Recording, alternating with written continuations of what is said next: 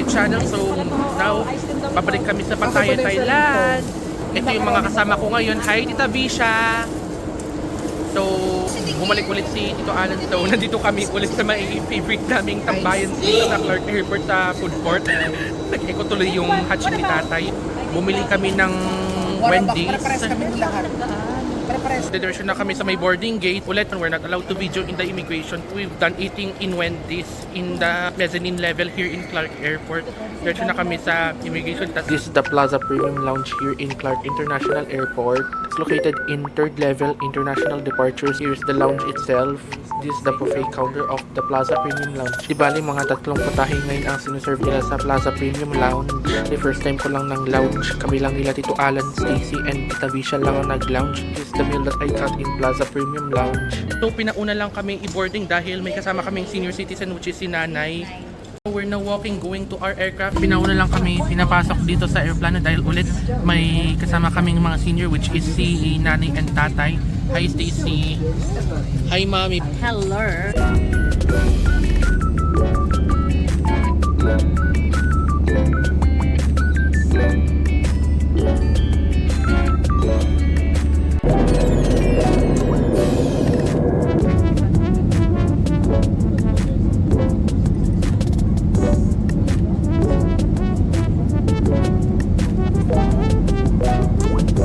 Please no go around. Please no go around.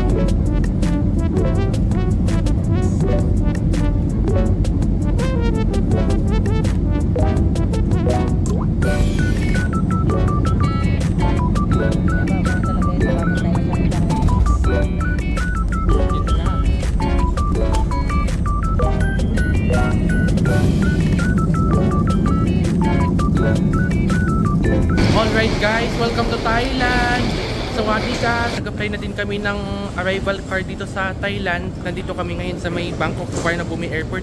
This is the same airport we have landed last year when we go to Pattaya. Here is Tito L and Kuya Joshua. Sa may 4th floor pala yung pick up namin pupuntang hotel. Di bali, hotel namin is Jomtien Palm Beach. So nakaraos na kami. Punta na kami sa hotel namin sa may Jomtien Palm Beach Hotel. Ito yung van na sasakyan namin ngayon. Luxury siya. Ito siya. 12% na ako. So, tutuloy ko na lang yung vlog ko later on. So, ito na yung hotel namin. Jomtien Palm Beach. Lubat na talaga ako. 3%. So, charge ko muna yung cellphone ko habang nag-check-in kami. Check-in na kami. So, nandito na kami sa kwarto namin. Napaka inantok at saka pagod na ako sa flight namin. Medyo patagal yung pila sa immigration sa may Suvarnabhumi. At saka yung paghintay sa shuttle namin. Tulog muna ako. Good night. Good morning guys. Pagpunta na kami sa breakfast hall. So sila yung mga kasama ko ngayon. Hindi nagising si Tito Alan, Tita Bisha, at saka si Elle. And yes, biglang dumating ulit si Daddy dito sa Thailand. Hi Daddy! Dumiretso na lang siya sa Thailand from Perth, Australia. Unlike si Mami na nagbalik-bayin pa sa Pilipinas bago pumunta sa Thailand. Ito pala yung reception ng Jomtien Palm Beach, pati itong signage. This is the breakfast hall in Jomtien Palm Beach. Plain rice, fried rice, stir-fried chicken, I don't know, mixed vegetables,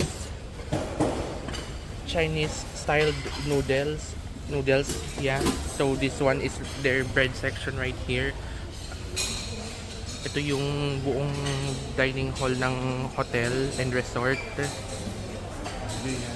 There is more. Di bali, ito yung mga kinuha kong pagkain. Breakfast round 2. Nakatapos pa lang namin ng breakfast. Hi Kuya Joshua. Hi Stacy.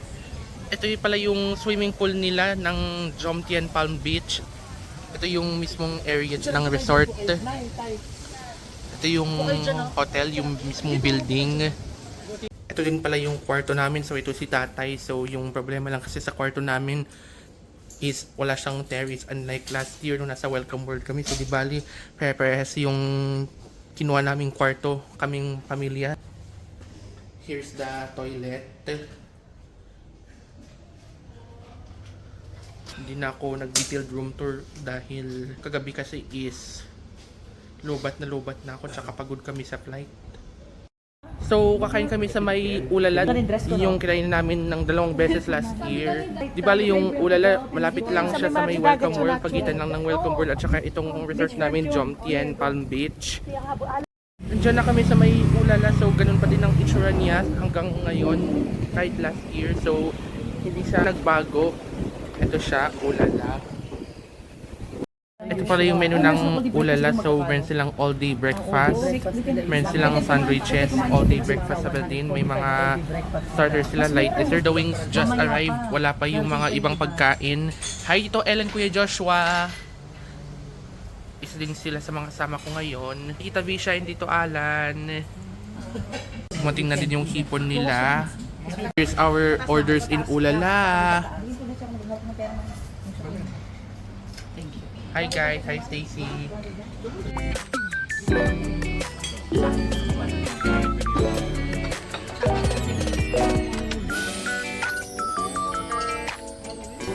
Nagpahinga lang kami ng konti at saka punta lang kami sa swimming pool. Ang hangin sa labas. Ayan si Mami at saka si Stacy na. So tatambay lang kami sa swimming pool. Hindi mag-swimming, umulan kasi umahangin. Nakasilong kasi kami ngayon dahil umulan kasi sa labas. Ito yung weather ngayon sa resort. So umulan. Di ba nag-order lang kami ng mango shake dito. Tapos na kami sa may swimming pool. So ngayon pabalik na kami sa room namin. Pupunta kami mamaya sa may Jomtien Night Market. Doon din kami pumunta last year. Para kang nasa cartoon sa corridor nila. Punta na kami sa Jomtien Night Market. Ito sila Mami, Daddy, and Stacy. Sorry kung may ngayong background. We're back here in Jomtien Night Market.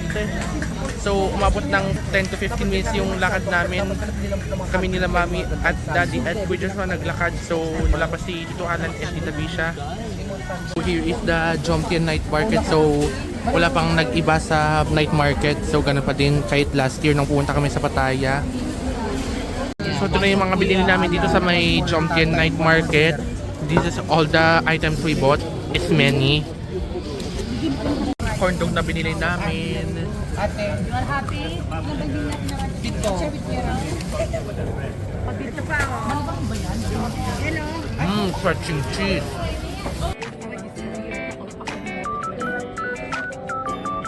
Order pa? What does you want? Marami na. Tapos na kaming kumain. Waitingin na lang kami dito sa may night market nila.